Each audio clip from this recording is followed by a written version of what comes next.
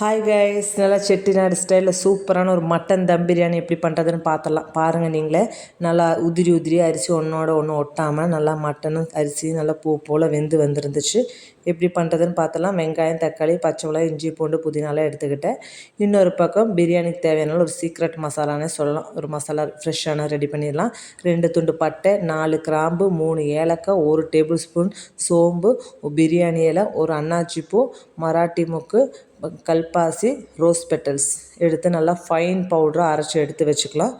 இன்னொரு பக்கம் குக்கரில் எண்ணெய் சேர்த்துக்கலாம். கூடவே 1 டேபிள் ஸ்பூன் நெய் சேர்த்துக்கலாம். நல்லா எண்ணெய் காஞ்சதும் ஒரே ஒரு பிரியாணி இலை சேர்த்துக்கலாம். கட் பண்ணி வச்சுருக்கிற 4 வெங்காயம் எடுத்துருக்கிற, 1/2 கிலோ அரிசிக்கு 4 வெங்காயம் மீடியம் சைஸ், 2 பச்சை மிளகா, 1 கைப்பிடி புதினா சேர்த்து நல்லா வதக்கி விட்டலாம். வெங்காயம் நல்லா முக்கால் பதம் வதங்கினதும் கூடவே 1/2 டேபிள் ஸ்பூன் இஞ்சி பூண்டு பேஸ்ட் சேர்த்தலாம்.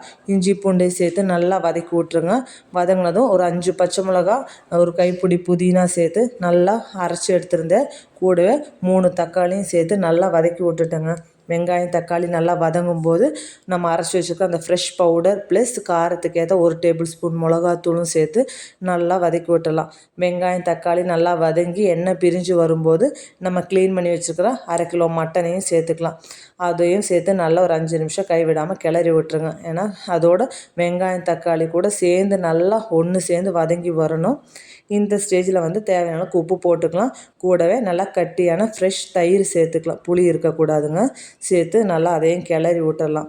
நல்லா எல்லாம் ஒன்று சேர்ந்து ஒரு காவாசி வெந்து எண்ணெய் பிரிஞ்சு வரும்போது நம்ம தேவையான அளவுக்கு தண்ணி சேர்த்துக்கலாம். நான் 1 கிளாஸ் அரிசிக்கு 1.5 கிளாஸ் தண்ணி சேர்த்துருக்குறேன். மொத்தம் 2 கிளாஸ் அரிசிக்கு 3 கிளாஸ் தண்ணி சேர்த்துக்கிட்டேன். நல்லா சேர்த்துட்டு நல்லா தண்ணி கொதிக்கணும். கொதித்து எண்ணெய் பிரியும் போது நம்ம குக்கரை மூடி வச்சு ஒரு 3 விசில் விட்டு எடுத்துக்கலாம். உங்களுக்கு எந்தளவுக்கு மட்டன் வேகும்னு தெரியும்ல, நீங்கள் அதுக்கேற்ற மாதிரி நீங்கள் விசில் விட்டு எடுத்துக்கலாம். ப்ரெஷர் வரட்டுங்க. நல்லா ப்ரெஷர் போனதுக்கப்புறமா குக்கரை ஓப்பன் பண்ணி மறுக்கா நம்ம அடுப்பில் வச்சுக்கலாம். ஏன்னா தண்ணி நல்லா கொதிக்கும் போது நம்ம அரிசி போடணும். நான் 20 நிமிஷத்துக்கு முன்னாடியே அரிசி நல்லா ஊற வச்சுருந்தேன். நல்லா கழுவிட்டு அந்த தண்ணியெல்லாம் எடுத்துட்டு வெறும் அரிசியை மட்டும் நம்ம சேர்த்துக்கலாம். அரிசியை சேர்த்து கூடவே ஒரு 1/2 லெமன் சேர்த்துக்கலாம். இந்த டைமில் உங்களுக்கு உப்பு தேவைப்பட்டுச்சு அப்படின்னா உப்பு போட்டுக்கலாம். இன்னொரு பக்கம் நான் தோசைக்கல் ப்ரீஹீட் பண்ண வச்சுட்டேன். தோசைக்கல் நல்லா காயணும். அப்போ தான் நம்ம தம் போட முடியும். கூடவே 1 டேபிள் ஸ்பூன் நெய், மல்லி இலை, புதினா எல்லாம் சேர்த்து நல்லா கிளறி விட்டு நல்லா அரிசியும் தண்ணியும் லெவலாக வரணும். தண்ணியெல்லாம் நல்லா ட்ரை ஆகி அரிசி நல்லா மேலே வர்ற ஸ்டேஜில் உங்கள்கிட்ட வாழை இலை இருந்துச்சுன்னா இப்படி மேலே வச்சு மூடி போட்டு ஒரு 20 நிமிஷம் தம் போட்டு எடுத்துட்டிங்கன்னா சூப்பரான மட்டன் பிரியாணி ரெடி. நான் குக்கருங்கிறனால மேலே வெயிட் எதுவும் வைக்கலை.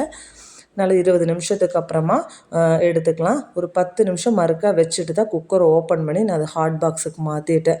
இங்கே பாருங்கள் எப்படி வந்திருக்குன்னு சொல்லி. டேஸ்ட்டு ரொம்பவே சூப்பராக இருந்துச்சுங்க.